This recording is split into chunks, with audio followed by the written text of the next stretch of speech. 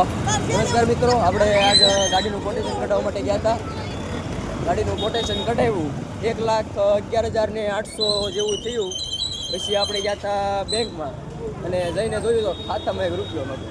તો પછી ગાડી લેવાનું કેન્સલ રાખ્યું.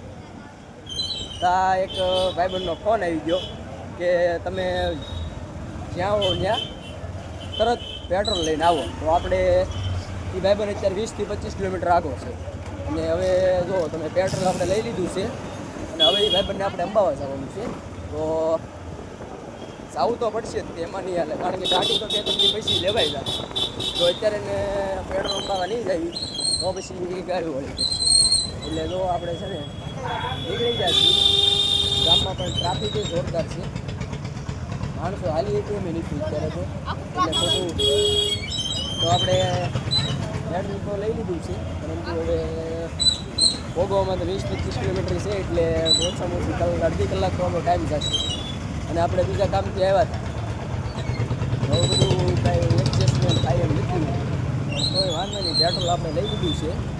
તો પહેલાં હવે પેટ્રોલ લંબાઈ અને મળીએ હવે ત્યાં પહોંચીને. ચાલો જઈએ.